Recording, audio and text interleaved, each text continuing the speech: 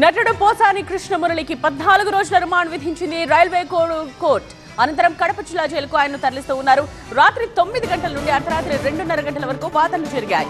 5 గంటల పాటు ఇరుపక్షాల వాదనలు విన్న మెజిస్ట్రేట్ మార్చి 13 వరకు రిమాండ్ విధించారు.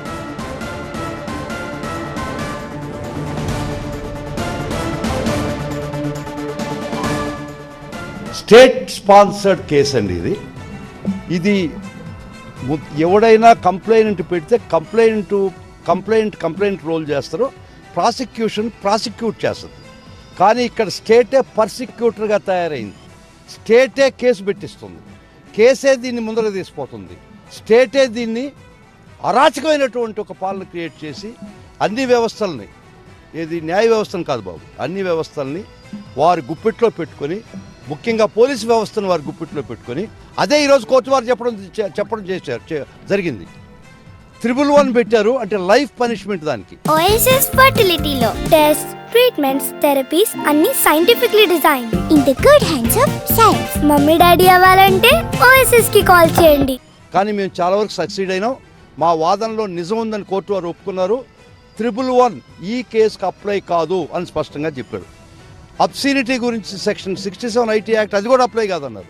కానీ వర్గ వైషమ్యాలు క్రియేట్ చేసే 2 సెక్షన్లు ఉన్నాయి కాబట్టి అది ఆ సెక్షన్లు దీనికి అనువర్తిస్తాయని నిర్ధారించాను కాబట్టి రిమాండ్ పంపిస్తున్నాను చెప్పారు. 5 years అఫెన్స్ ఏదైతే పనిషబుల్ ఉంటుందో దానికి అర్నేష్ కుమార్ సుప్రీంకోర్టు వారు చెప్పినటువంటి తీర్పు ప్రకారం రిమాండ్ చేయడానికి లేదు, 41 ఏజ్ పంపించాలని మేము చాలా తీవ్రంగా వాదనలు వినిపించడం జరిగింది. కానీ మా వాదనలు సుప్రీంకోర్టు జడ్జిమెంట్ ప్రకారం కూడా మేము చెప్పిన వాదనలు పరిగణలోకి గౌరవ కోర్టు వారు తీసుకోలేదు. కాబట్టి operation success, patient dead.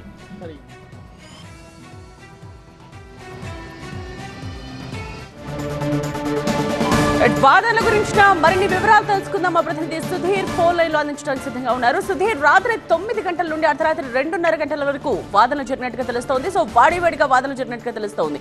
So ఎలా వాదించుకున్నారు, ఏం చెప్పారు తర్వాత? ముఖ్యంగా పోసాని కృష్ణమురళికి సంబంధించిన పోలీసు ఇచ్చిన రిపోర్ట్ ప్రకారం అయితే ఏదైతే పోసాని కృష్ణమురళి మీద పెట్టిన 3 సెక్షన్లు ఏదైతే ఉన్నాయో 196 కానీ 353 కానీ 111 ఈ సెక్షన్లు అన్నింటిలో కూడా 2 సెక్షన్లు మాత్రమే ఇప్పుడు అప్లికబుల్ అయినాయి. 111 పెట్టిన ఆ సెక్షన్ అయితే కూడా తీసేసినట్టు పోసాని తరఫు లాయర్ కూడా ఇప్పటి వరకు చెప్పిన పరిస్థితి మనం చూసాము. అయితే ఈ 2 సెక్షన్లకు సంబంధించిన దాని మీదే ఇప్పటి వరకు వాదనలు జరిగాయి. అయితే పోలీసులు చెప్పిన దాని ప్రకారం దాదాపు 31 ఐడీలకు సంబంధించి వాళ్ళందరూ కూడా దీని మీద ఏదైతే ట్విట్టర్ కానీ ఫేస్బుక్ కానీ వీటన్నిటికి సంబంధించిన ఆ ఐడీల ప్రకారం వాళ్ళు కేసు కట్టినట్టు కూడా చెప్తా ఉన్నారు. దానికి సంబంధించే రిమాండ్ రిపోర్ట్ లో కూడా రాసిన పరిస్థితి ఉంది. ముఖ్యంగా ఏదైతే పోసాని కృష్ణమురళి అనుచిత వ్యాఖ్యలు ఏదైతే చేశారో ఆ అనుచిత వ్యాఖ్యలకు సంబంధించి కేసులు కట్టాము.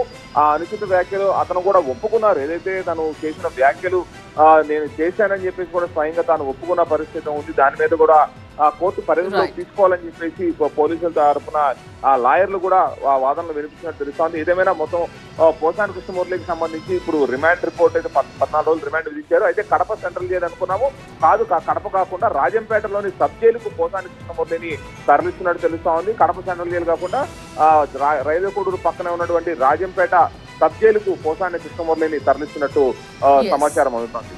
రైట్ సుధీర్.